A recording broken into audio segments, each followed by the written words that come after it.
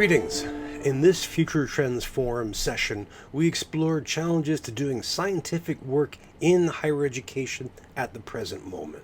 Specifically, we discussed climate change, teaching about it, researching it, changing campus operations to mitigate or adapt to global warming. And we did so with a stupendous guest, the legendary climate scientist Michael Mann. Professor Mann is world renowned for his scholarly research, his public communication, and he's the author of multiple books and a swarm of popular articles, as well as a tireless advocate for climate science and climate action. It was an honor to host him. As you'll see in this recording, Dr. Mann discussed with us a range of topics: the anti-science movement, how to best teach global warming, what sources for optimism does he find, how can climate change be stopped, the role of climate fiction, and a lot more. I hope you'll find this fascinating and inspiring. Please remember to like and subscribe, as they say, but also to share your thoughts and responses in the comment box below. Well, hello, everybody. It's the top of the hour, and we should begin. Let me welcome everybody. Welcome to the Future Trends Forum. I'm delighted to see you all here today. We have a fantastic guest, one of the greatest I've ever had the privilege to host on this program, and we have a vital topic to discuss. And I'm welcoming this guest with some humility and a great sense of awe. We've been covering climate change for years and years on this program. We've hosted a wide range of experts, everything from chronological experts to people focusing on teaching and learning to people organizing college presidents on climate issues. And now our guest is one of the legendary climate scientists, Professor Michael Mann. You've all gotten his biography through email. He is, among other things, perhaps visually known as one of the creators of the hockey stick. He is perhaps notoriously attacked by politicians from his state of Pennsylvania and to politicians nationwide for his efforts. He is one of the most prolific and extremely well communicating climate scientists out there, someone whose research informs my work and the work of everybody around the world who works on climate change. It is an honor to have him on the stage, and I'm delighted to see him. Professor Mann, welcome to the program. Well, thanks so much, Brian. It's great to be with you. I'm looking forward to this conversation with you and the others who are present here. Oh, it is our pleasure. It is all, and let me begin by asking a traditional question we have in the program, which is to say, where are you coming from today? Where are you based? I am in Boalsburg, Pennsylvania, right in the middle of Pennsylvania, near State College, for the holidays, and then I'm heading back to Philadelphia, where I teach on Thursday. Not a lot of time before that switch. Nah. How far are you from Juniata College? Oh, not too far. It's about an hour away, and I've been there on more than one occasion. It's a nice part of the state, actually. It is. It is. That's a great little school. Yep. Professor Mann, we usually begin the program by asking our guests to answer a couple of opening questions based on your work. And I want to start by speaking to the book that you just published with your co-author, Peter Hotez, about the threats to science. And I cannot recommend this book highly enough, friends. Science Under Siege is intense, clearly written, funny, as well as terrifying, full of calls to action, meticulously researched. It is a very powerful book.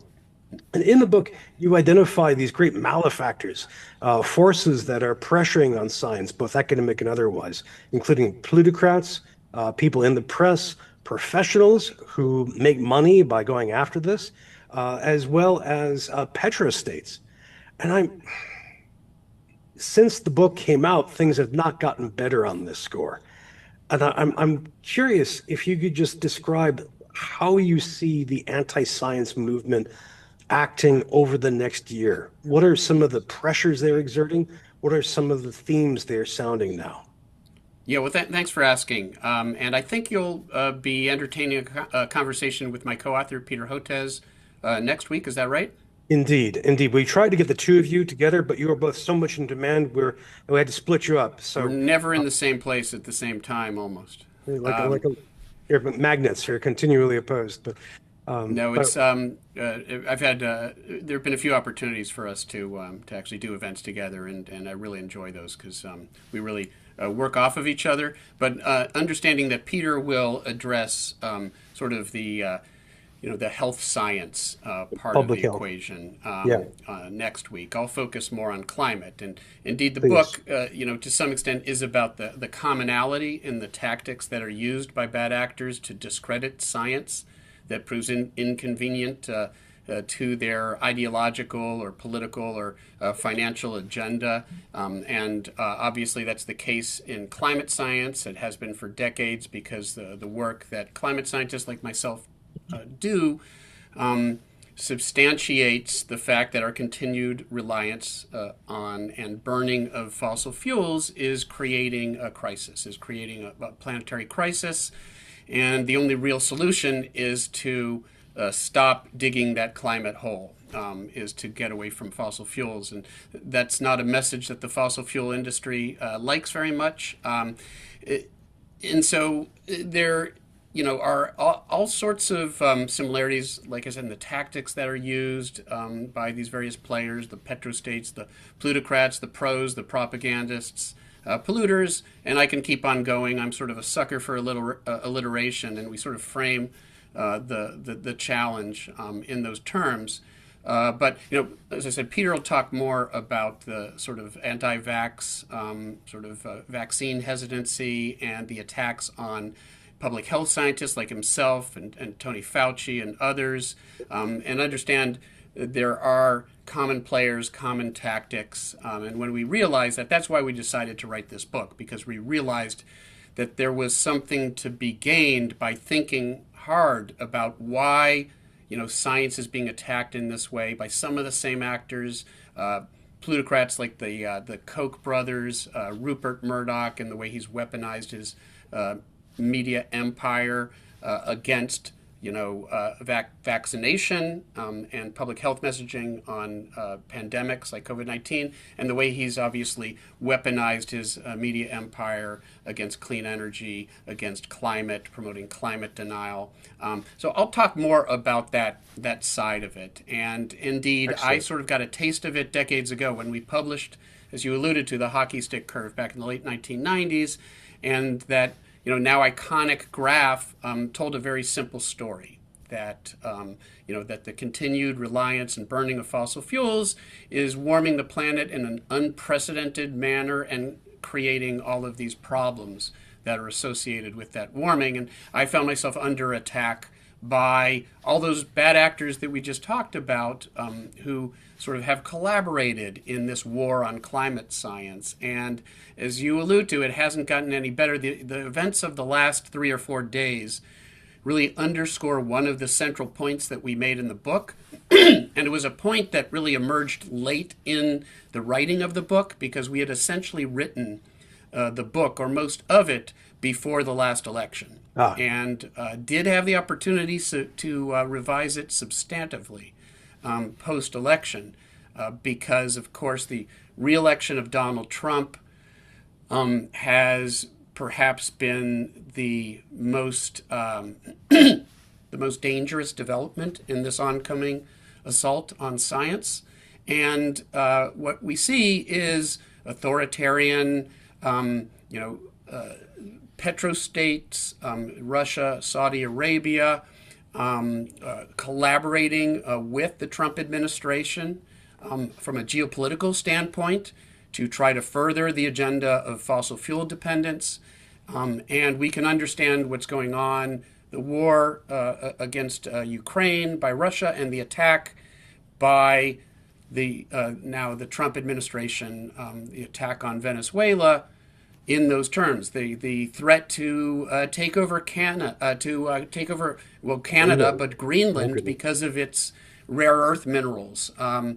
These policies are being driven by an extractionist fossil fuel agenda, and the events of the past few days drive that home, unfortunately, in a very profound way. There is so much to be said about this, and I think we could easily talk for the next 8 hours. Obviously, this is what you do with your life and with your work. and to some cost, which you've detailed in the book, death threats, political attacks. Uh, but I'd like to draw this to the academy, which is the focus of our program, where colleges and educate well and universities are headed. And I'm curious how you see these five P's Yeah. playing out across the campuses. I Well, mean, yeah. please. Thanks for asking. Here's just a short story. Just days before that election, the last presidential election, I had accepted an offer to become the vice provost for climate at the University of Pennsylvania, the inaugural vice provost. It was a new Wow. position. I took on that position with great enthusiasm and hopefulness. But within a matter of a few days, with the election of Donald Trump, I realized that it was going to be a much tougher road. And indeed, we have seen attempts to defund climate science, to literally outlaw the discussion of climate in government agencies, the defunding of government agencies, and of course, the dismantling of renewable energy infrastructure and the doubling down in a fossil fuel driven energy agenda. And I realized it was a much going to be a much tougher time, and it was going to be difficult to sort of realize the grand vision that I'd had for what Benjamin Franklin's University, the University of Pennsylvania, could do in this domain. Well, in less than a year, I ended up resigning from that position because I realized that Penn's policy of institutional neutrality Mm, mm, was in conflict with what I felt I needed to be doing, that I needed to be out there calling out bad actors, naming names, taking the fight to, again, to the enemy, as it were. And our book sort of, at some level, does that. And I realized I couldn't promote this book and meet the letter of Penn's uh, policy of institutional neutrality. And so it was mm, far more important to me to be able to speak out, speak truth to power in this mhm. moment than it was to sort of pursue the professional opportunities that were available in this vice provostial role. So Uh, maybe that speaks to this question, some of the conflicts that we are experiencing now in academia, and every mhm. university is different. I'm sure Georgetown. Comes up against these difficult decisions itself, how to weigh academic freedom, how to weigh the role of universities in being thought leaders and being and academic, and being willing to speak truth to power. Universities are among the few institutions we have that are almost custom designed to speak truth to power. Mhm. And universities obviously are coming up against this challenge where the current administration is cracking down on them. They were cracking down on the University of Pennsylvania. Again, I don't know exactly what constraints or what tangles Georgetown has had with the Trump administration, but most of the Ivy League universities have been confronting these new constraints and have had to walk this fine line and have had to make trade-offs. And I was sort of forced into a position where I had to make a decision, and I chose, again, academic freedom, being able to speak truth to power, which I'm allowed to do as a faculty member. As an administrator, you have to Mhm. Mhm. adhere to that position of institutional neutrality because you're seen as speaking for the institution. And I realized I just couldn't continue to do that. I didn't know that. That's a hard thing to walk away from. I admire your guts to do that. Well, thank Um, you. Thanks. It was an easy decision, actually, especially in this moment that we're in right now. I want to be able to look back and say that I did everything that I could, and yes. I wouldn't have been able to do that. Well, in your book, you and Professor Hotez summon up the Lord of the Rings to give us courage, which I really appreciate. When Trump was reelected, you had a very powerful social media statement. You said that now Trump is making the U.S. a petrostate, whereas other countries, notably China, are becoming electrostates.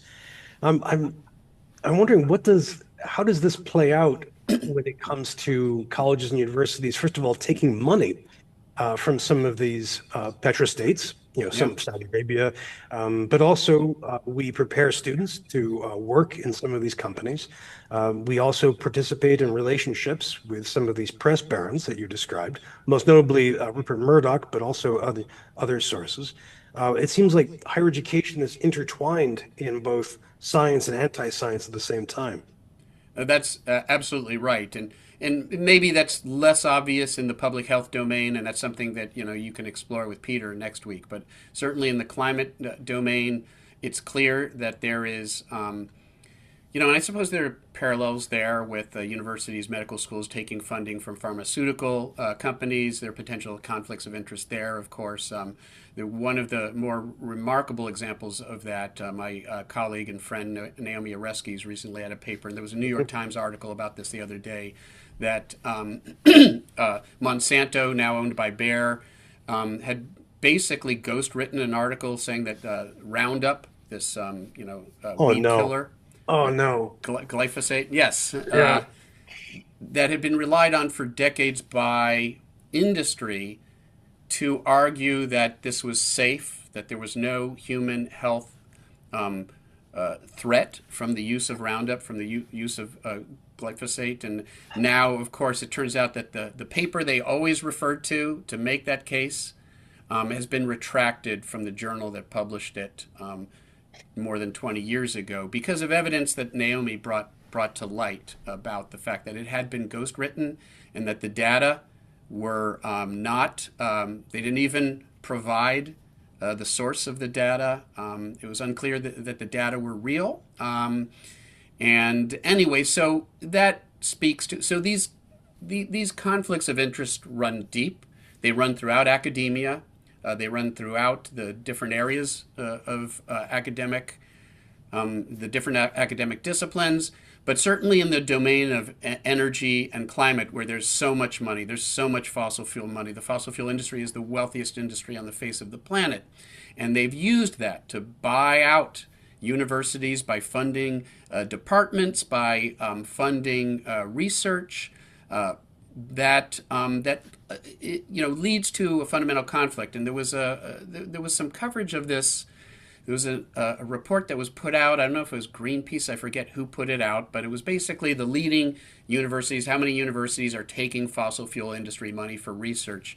And unsurprising, some of our leading institutions. I don't think Georgetown was in that list, and Penn wasn't either. Something I'm proud of. But Harvard, Definitely. Princeton, Stanford, University of Texas were all there at the top, taking money from the fossil fuel industry to do research. And how can there not be a conflict of interest? You're not going to bite the hand of the donor that's feeding you, and in this case, it's the fossil fuel industry. I used to teach at a small college in Louisiana, and a friend of mine was a geographer, and her chair was paid for by local fossil fuel industry. And she was trying to teach around that, and it was always a dance that she had to do. Absolutely. Yep. Friends, I don't want to take over the mic completely. I'd like to You make sure mean me, the mic? Sorry, no, you mean the. Oh, I'm sorry. I mean, the To my microphone. friends, anyways, and we're Indeed. all Well, friends here.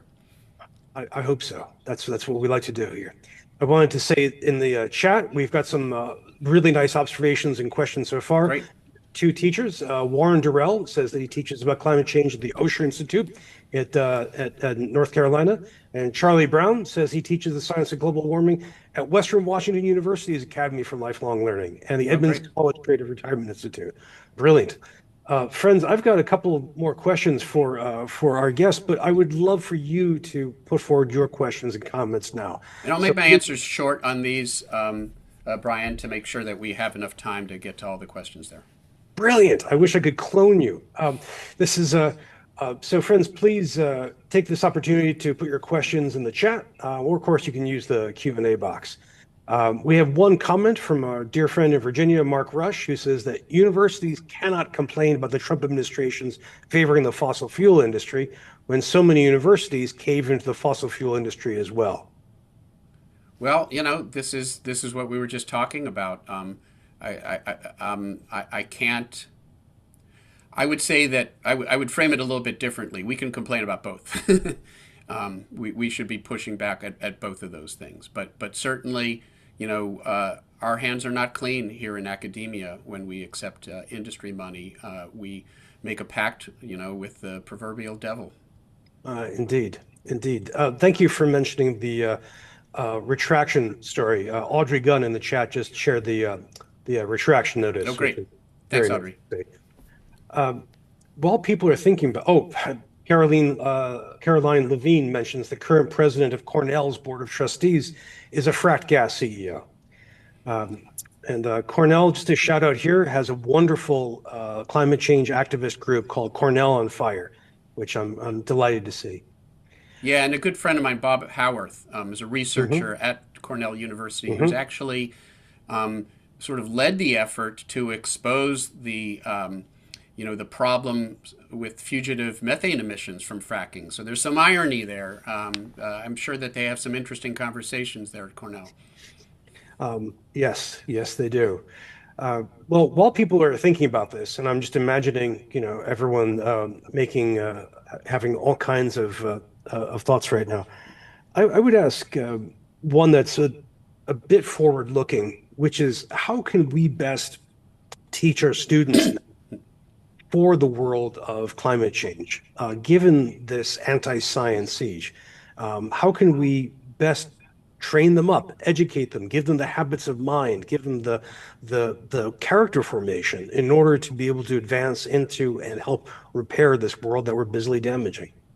Yeah, thanks. It's a great question. It's a question that a lot of it's an issue that a lot of us deal with. I just taught a class this last semester at Penn, an introductory climate class, and I have fresh first year students, second year, some third year students. So these are young folks, many of whom have just started their sort of university life in an unprecedented era, and in particular this last semester, where there were just so many awful developments daily, and we would monitor them. We'd do a review of the news every day at the beginning of class to see, what are the latest developments when it comes to climate, sustainability, fossil fuels, and it was, bad news on the doorstep each day, and these, our students are having a tough time. Sort of dealing with not just obviously the assault on climate action, but the assault on democracy, the assault on truth, this sort of truth-free environment that is favored by the current administration, by a Republican Congress, and a media that increasingly is owned by those plutocrats that we warn about. And there's a remarkable article, you can find this from the 1930s, Albert Einstein, an article by Albert Einstein, or a letter by Einstein, where he warned of the threat of media consolidation and the Mm. corporate ownership of the media, that was a fundamental conflict with sort of the public good, and the ability of the public to be informed, to be objectively informed.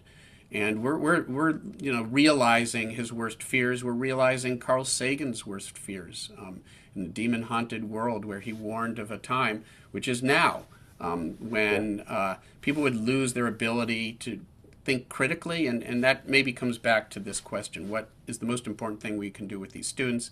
There are two things. We have to give them hope, and not Pollyannish hope, Mhm. but hope that's grounded in the agency that they and all of us still have. And this is part of my messaging, because it's not too late to avert the worst impacts of climate change. And the belief that it's too late, actually, doomism and despair, and this is a theme in this latest book, and it's a theme in a lot of my writing, is one of the greatest threats to action. And we're seeing the bad actors weaponize doomism and despair because it leads us to disengagement.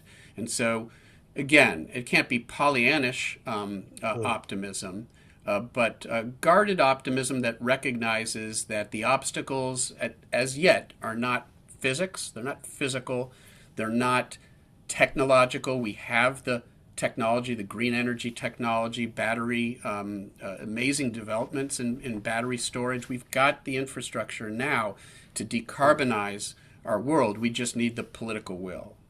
And as long as the obstacles are political, we have to believe that political obstacles can be overcome. Sort of part of the Tolkien-esque framing that you alluded to of the book. Mhm. We are in a classic battle between good and evil here, in a way right now that we couldn't even imagine when the book came out in September. And at times like this, we have to draw upon sort of inspirational lessons, and even if they come from fiction, they often speak basic truths about humanity and about the importance of fighting the good fight, and how you won't prevail if you don't fight back. And so these things, I think we have to instill in our students a grounded sense of hope. Um, and I think we need to make sure now more than ever in the age of AI that's being weaponized by companies that are increasingly owned by these billionaire plutocrats, it's being weaponized in favor of the spread of disinformation.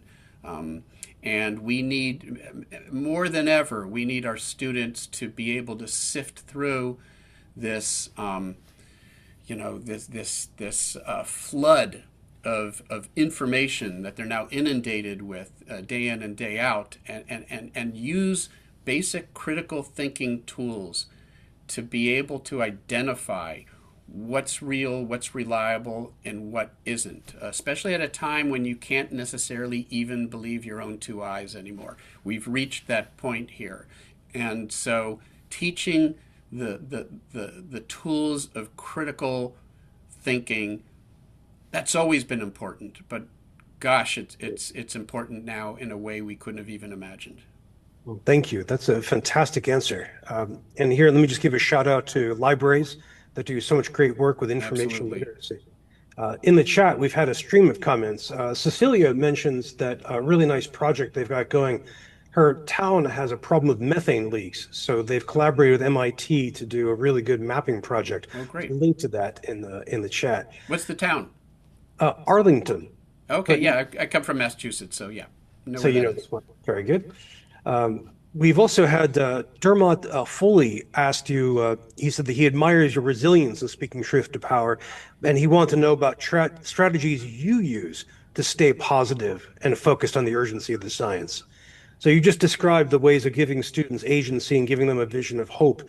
But Dermot was wondering about yourself. How do you keep a vision of hope alive? Yeah, it's a great question, and I would say in part, maybe I've alluded to it. It is sometimes realizing that these battles are much bigger than us as individuals, and that's allowed me to sort of to withstand the attacks on me, the attacks on my character, the attacks on my integrity, understanding early on, thanks to mentors of mine who helped me understand that, who had been through it themselves, people like Steve Schneider, Paul Ehrlich. Hmm.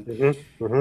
Um, you know, understanding it's about things that are much larger than us. You're fighting for a larger cause. It's the cause of a livable planet for future generations. And so, what greater privilege could there be than to be, for us to be in the battle that is going to define the future of this planet, and to be on the right side, fighting for a good future for our children and grandchildren and this planet. And so I remind myself of that. I remind myself what the stakes really are here, and why, you know, you know, the troubles of one scientist doesn't amount to a hill of beans, when we take a step back and we look at, the larger picture here. And I am privileged to be a university professor where my hope, and my optimism, my cautious optimism, is fed by an infinite supply of youthful enthusiasm and just young people today. They are so engaged. I'm just amazed by how thoughtful they are.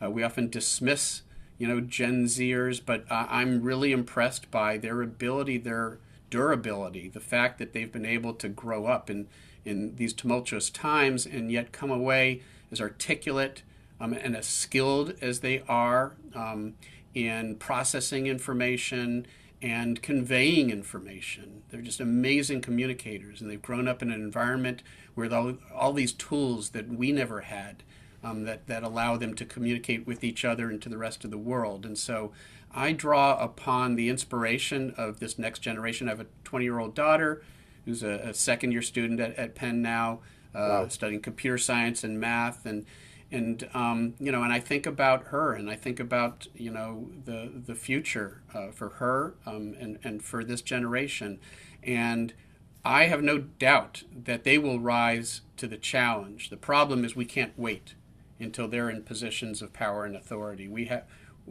have to make sure we do everything that we can in the meantime. Well, thank you for that very moving answer. One that I've committed to memory now because I need this myself. Dermot, thank you for the question. Friends, if you're new to the forum, this is one of the ways that questions work. People pose good questions and our guests tackle them. We also have good comments. Our friend, the architect, Ali Wilson, says this: I think it's important to slow down and help all of us grow an appreciation for nuance. The probability that we are in positions to collaborate only with people with whom we don't have at least some conflicting opinions is pretty low. The more we know, the deeper we dive into the connections amongst ourselves individually, our communities, and our organizations, the more likely it is that we hit points of conflict and or interest. Working collaboratively to figure out how to navigate conflict seems like a valuable skill set. Yeah, Thank you. I concur with that entirely. You have to sort of sometimes choose with whom you seek to convince. Sometimes you'll come up against people who don't seem open to conversation, and maybe they're just trying to waste your time and own the libs or whatever you want to call it.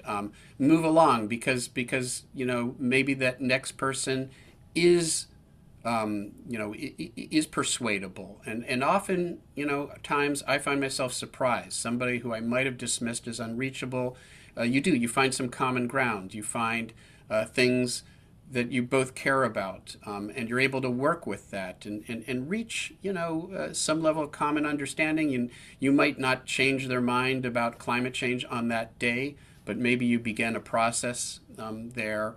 And so, I agree with that. I think there are two things that we have to do. We have to try to, the people who are already on board have to be mobilized. They have to be, we have to make sure that they're equipped to do battle, as it were, here. Mm. The people who are sort of caught in the middle, we have to help clarify things for them so that they can understand that there really is a crisis and we really can do something about it.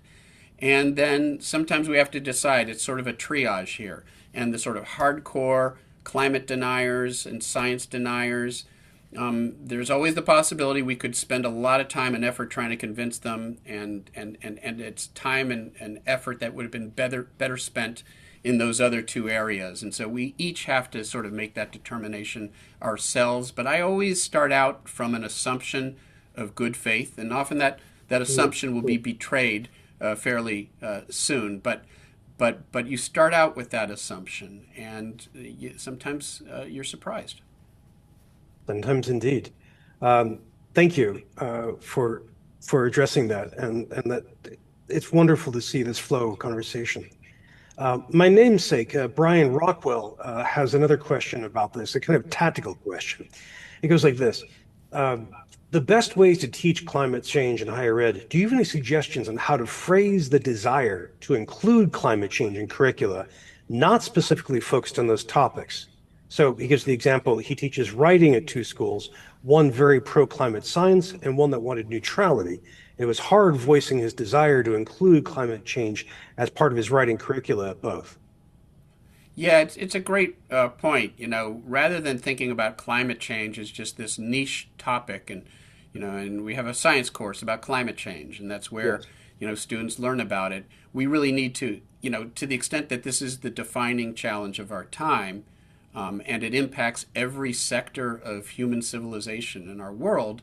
We need to incorporate it and our discussion of it into all of the topics, writing, obviously, science, but there's ethics involved here. The ethics of the intergenerational consequences of climate change and the fact that there are vast regional differences in the ability of different peoples to adapt, and the varying vulnerability, especially when you look at the global north versus the global south. There are all sorts of ethical quandaries that emerge. Computer science and machine learning, right? We talked about, I mean, it's important increasingly in doing science, but it's also having an impact on our public discourse, and particularly our online discourse and our social media discourse, the way that machine learning and AI is being used both for good and for bad. And when I say for bad, for helping spread misinformation and disinformation. Critical thinking, right? Any course that deals with, and that can be literature, that can be any number of fields where we're asking students to engage in critical thinking. In the end, that's the most important thing, as I said before, that we can equip them with today. And so even if they learn nothing about climate per se, but they come away equipped with the tools to evaluate information and to Hmm. sift through Hmm. information and separate what's what's true from what's false. Even if we don't frame it explicitly in terms of climate or anything else, just that alone makes a real difference. Thank you. Thank you. Um, we have a whole series of people in the chat who are coming out to describe all of their projects, Oh, teaching first year seminars, teaching in labs. And Professor Mann, I'll share the chat with you afterwards, so great. you can see some of these. Um, I did have one quick question though, which was you mentioned creative fiction and and your book draws on Tolkien. I'm curious if you find solar punk appealing, and if there are any examples of climate fiction that you find useful. Yeah, no, I do, absolutely. And I'm not as versed in solar punk, but aware of it. And I think that, when it comes to communication, I believe in the, let a thousand flowers bloom. We have not every mode of communication is going to work and is going to reach everybody that we need to reach. And so sometimes affective communication, which is dealing with emotion rather than strictly facts, is I think that's extremely important when we talk about the climate crisis, because there are these ethical dimensions that I've alluded to. So I think literature is very powerful in giving us metaphors. And Mhm. for me, Tolkien is a perfect metaphor for the moment that we're in, and it works very well in framing the climate battle in particular. But cli-fi, this new, it's not so new anymore, but this Yeah. genre of sci-fi, cli-fi, I think is really important in giving us ways to think of, and film. Don't Look Up Mhm. it's an extended metaphor for the climate crisis, and I thought it was brilliant in many ways. In sort of, I think in using humor and satire to draw attention to the bad actors, and how they're sabotaging our efforts Yes. to act. So I mean, film as well, literature for certain. A number of years ago, I did actually did two conversations with Kim Stanley Robinson. I don't know how many Nice. of you are familiar with his writings. Absolutely. Yeah, and Stan is an amazing guy. He's Yes. sort of self-taught, but he's extremely well versed in economics as well as climate science and all of the relevant sort of disciplines, and that knowledge together in a fascinating fictional narrative in the form of the Ministry of the Future. And for those of you Yes. who haven't read the book, I highly recommend it. And what was interesting is that Stan's book, or he's written many books, but Ministry of the Future came out around the same time as my book, The New Climate War. One of these was a fictional narrative, the other was nonfiction, but we were really talking about the same things. And so we had some fascinating conversations, and we're really we're able to sort of work off each other, because I think that there's this synergy between sort of storytelling and fiction and sort of, Yes. nonfiction, discussions of climate. I think you can still find those conversations online. So if you Google Kim Stanley Robinson, Michael Mann, you should be able to find them. And it was one of the best, I mean, after, of course, this one of the best conversations that I've had about climate. Well, we did a long open online reading of Ministry for the Future. I'll put a link to that in the chat for everyone Oh, who has awesome. seen it. Great. Uh, we have, and thank you for the nice words. We have more questions coming in, and I want to make sure everyone gets a chance to share their mind. A broad picture one comes from Chris Jones, who asks a question I'm sure many of us have considered. Isn't climate change or cascades of failure inevitable? This is what Just Collapse and Dark Mountain argue. Are they wrong? The Limits to Growth run suggests it's likely. Well, this is something that a lot of great thinkers have asked this question in the past. Science fiction writers, like I'm drawing a blank now, but Carl Sagan, in fact, his fascination with the search for extraterrestrial life, SETI, Yes. was in part driven by his preoccupation with what's known as the Drake equation. I don't know how many of you are familiar with it, but it's a way of sort of estimating like how many intelligent civilizations are there. It's a product of various terms. How many stellar systems are there? How many are likely to harbor, to have habitable planets? How many? What fraction of habitable planets are likely to harbor complex life? And it turns out that one of the fascinating things is one of the most uncertain terms in that equation is how long intelligent civilizations persist. Yeah. And it gets back to what was once known as the Fermi paradox. Hmm. Fermi was such a brilliant scientist that he could say something in the elevator and it becomes his paradox, right? It was a passing comment, I think, that he made at some point with colleagues, and it was about, being contacted. If the universe is teeming with intelligent life, how come we haven't heard from anyone? Yeah.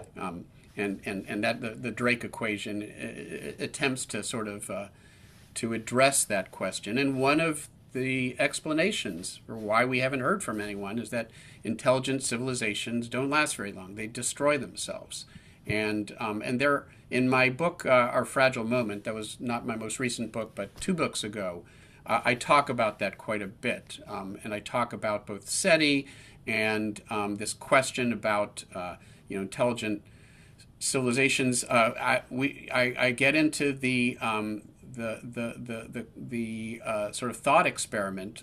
Is it possible that intelligent civilizations developed on Earth previously and destroyed themselves?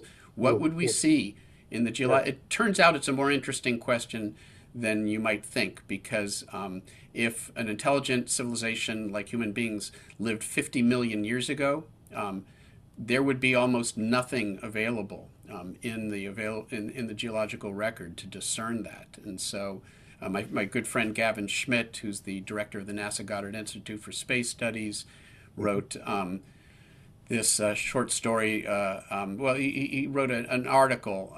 He called it with a colleague, a SETI colleague, and it was motivated by this thinking and this discussion. It's called the Silurian hypothesis, and he asks this question, and he looks at the nature of whatever evidence would be left, and and I'll leave it to you to to read it if you're interested to see what he has to say about that. But there's even this question, is it possible that it existed? And is it and when you look at there's an era called the PETM about 56 million years ago. There was a rapid carbon spike and an abrupt warming. And when we say abrupt in the geological record, we're talking something that happened over 20,000 years, which is an instant in the geological record, but much slower than what we are doing today. Much, 100 times slower than what we're doing today.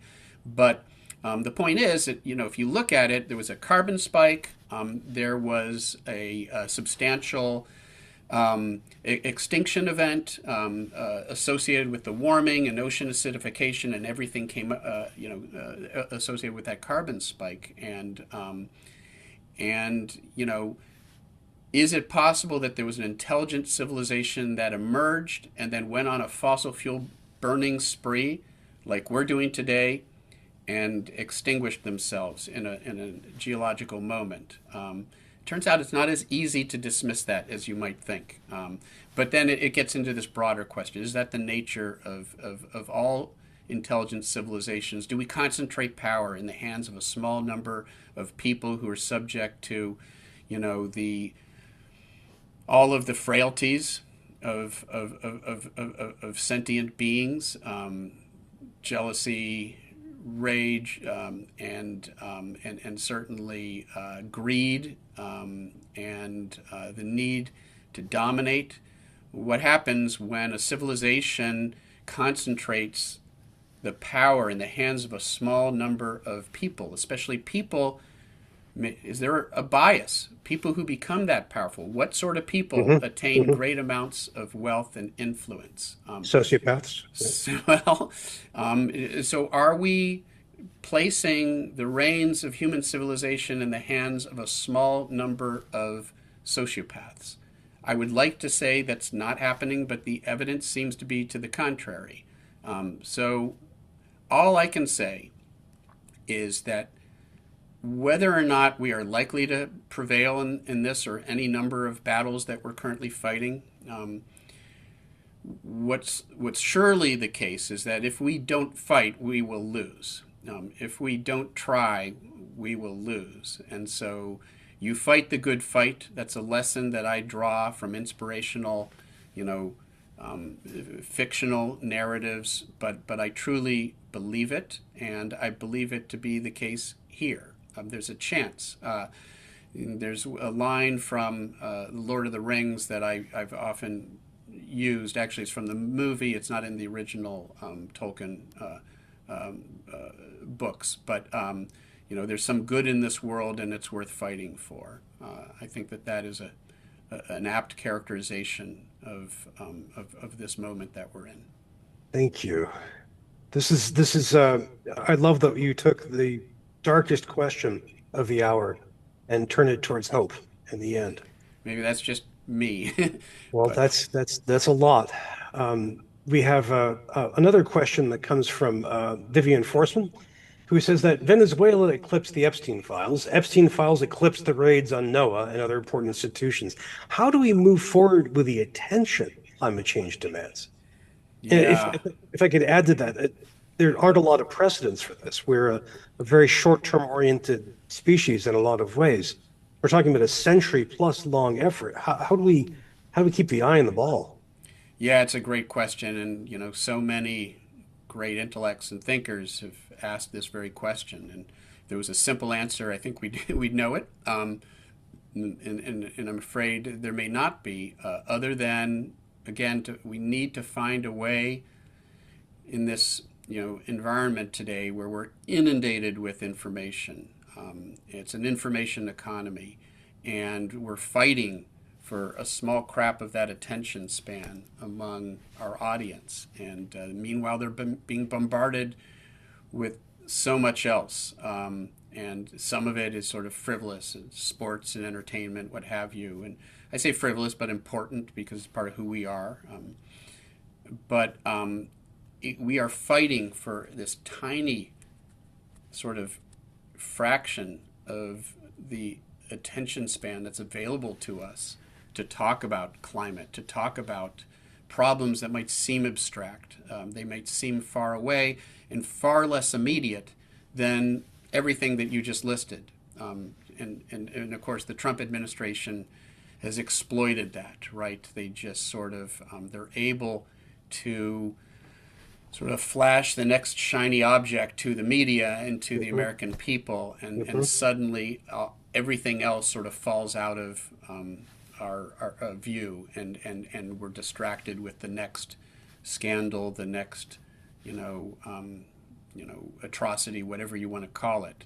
Um, One thing that I try to do is, again, to connect the dots. So, what's going on in Venezuela right now is about fossil fuels.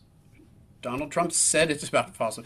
They couldn't keep their story straight. Originally, it was about drugs. It was about a ruthless, uh, you know, um, dictator being brought to. There were all these other things that they were trotting out there, but then Donald Trump came out and said, "Well, actually, it's about oil. It's about getting a hold of Venezuela's oil."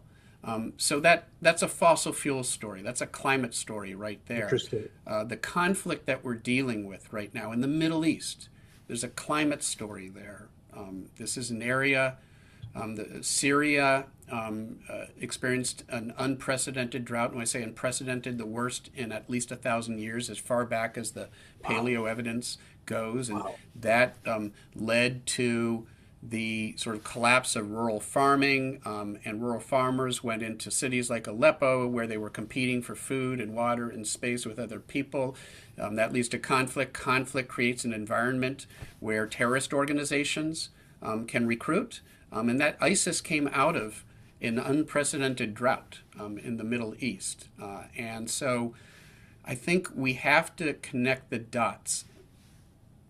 So many of the threats and challenges that rank at the very top. You ask, the American electorate, how important is climate change in your list of priorities, and it probably Low. won't Low. make the top 10.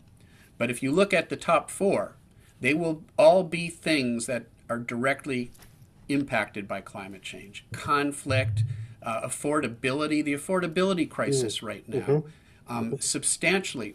Energy costs are because the Trump administration is dismantling cheap renewable energy in an effort to prop up their friends in the fossil fuel industry, and for the fossil fuel industry to make greater profits because prices are greater, because we're denying the electorate cheap energy in the form of renewable dispatchable energy. And so that's all of these challenges that rank at the very top. There is a climate connection. There's a climate story to be told there, and that's how I try to frame these things. The things that you are worried about and you care about, rather than trying to get climate change as a topic into the top 3 or 4 in that list. Make sure that all of those other topics, that people understand the climate context for them, because then climate is ranking at the top in each of those areas. Mm. Mhm. The Columbia Journalism Review had an article about 10 years ago which argued that all journalists have to be climate journalists. And we're thinking, what? Maybe that's overkill. And they pointed, well, if you're doing sports, all the sports, outdoor sports, are impacted by weather. If you're Oh yeah, doing public health, that's impacted by climate change. absolutely. Uh, Sports is a great example. It's a way to reach many people who otherwise wouldn't be, exposed to this sort of information. Weather forecasters increasingly, the research community has encouraged them to incorporate climate change into their daily weather programs, and so that's absolutely right. And it doesn't literally mean that every reporter has to be a climate reporter, but they should be versed in the consequences of the challenges in environmental sustainability and climate when it comes to the things that they're talking about. we have time for one last question. This is from Dominic Pates. He asks, what concrete actions should colleges and universities be doing? He recognizes teaching and doing research are obvious, yes, but he's also thinking about complex actions that can be done on the campus. Dominic, maybe I'm wrong in this, but I'm inferring he means the physical plant of a campus, its operations, the whole academic ecosystem. Dominic, please let me know if I'm wrong on that. But what do you think, Professor? Yeah, a great question, Dominique. And it was sort of something that I was tasked to be thinking about on a daily basis as the You vice were. provost for climate at Penn, really thinking carefully about all of the sort of components of the university and the role that they can potentially play. And clearly, the way I sort of broke it down is that the mission, there's an educational mission, as you said, there's a research mission. We need to incorporate it, obviously, into those. But there's sort of a stewardship mission as well. Mm. And the university really has to be a good citizen and to do everything it can. Not because that alone is going to solve the climate crisis. Voluntary measures aren't going to solve the climate crisis. We need economic incentives that guide everybody in the direction of engaging in climate friendly choices. We need to make renewable energy. Um, right now, fossil fuel energy is artificially cheaper because of subsidies that are given to the fossil fuel industry. We need to level the playing field. So there are all these sort of systemic things that need to be done. But there's something to be said about individual action as well, because it sends a message to other people. It's hard to be credible as speaking for change when you're not being the change that you wish to see in the world. And so I think that's really important. And I think universities, it's important for them to send a message to their communities, to the rest of the academic world. So, there is peer pressure, I think, can be very effective here. When one of the Ivy League schools starts doing something, pretty soon the others, oh, maybe we need to be doing that too. And that sort of peer pressure has helped guide universities in the direction of far greater levels of engagement on climate. So, yeah, all of that is really important, but no one thing is a substitute for the other. And in the end, I think the most important thing that we do at universities is we educate people, we educate them to be critical thinkers. We educate them to care about the world, to understand the challenges we face, and to be able to figure out how they can make a difference, how they can find eventually a career that's fulfilling, but also plays to their interest, and so many college students today are interested in sustainability. They care a lot about it, and they come to me and they say, well, what can I want to go into a career in sustainability. And what I say to them, figure out what it is that you really love doing, and that you've got passion for, and that you've got talent for, and it plays to all of your strengths and proclivities. You'll find a way to incorporate sustainability, climate into that work, because it does touch on everything that we do. So, but first you've got to be excited about what you're doing. If you're not, it's going to be difficult to make a real difference. That's fantastic advice. And with a great deal of regret, I have to wrap things up. Professor Mann, Mike, I feel, if I can call you that, Absolutely, Brian. it's been great talking with you. You've been just a fantastic guest. Well, thank you. In the chat, which we will save, there is a string of people sharing their work. Also, a long thread of people recommending climate fiction titles. Okay, great. Well, let me great. say this, folks. You can find me online. I'm on all the various social media platforms: Blue Sky, LinkedIn, yes, Twitter, grudgingly these days, and Facebook, and the rest of them. So I'm out there. Feel free to reach out, and I look forward to continuing the conversation. You'll have a chance to talk with my co-author, Peter, next week. And Peter is amazing, and he's great, and he will be able to complement a lot of the things that we talked about here today. And, of course, I'd be happy to come back again sometime in the future, Brian. So thanks, everybody. We'd love to have you back. Thank you so much, Mike. And friends, don't go away yet. I just, to wrap things up, thank you all for your great questions and comments. Thank you all for sharing so many resources. Professor Mann beat me to it. Next week, next Thursday, so Thursday after next, we're having his co-author, and I put a link to that on the chat so you can sign up for that. For everybody else, if you'd like, please go into the Future Trends Forum archives to look back at our sessions on climate change, as well as higher education overall. Thank you all for being with us, for contributing your thoughts, and for being both clear-eyed and also optimistic and forward-looking. I hope everybody stays well. I hope you're warm and dry where you need to be warm and dry. Stay safe, and we'll see you next time online. Take care, everybody. Bye-bye.